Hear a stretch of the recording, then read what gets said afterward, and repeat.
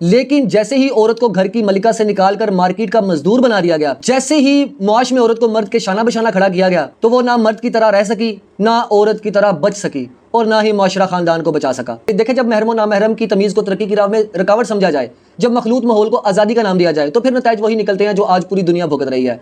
Harassment और cheating, तलाक़ें और ख़ानदानी निज़ाम का बिखर जाना, ख़ानदानों की बर्बादी के मसाइल को लेकर सारी दुनिया परेशान है।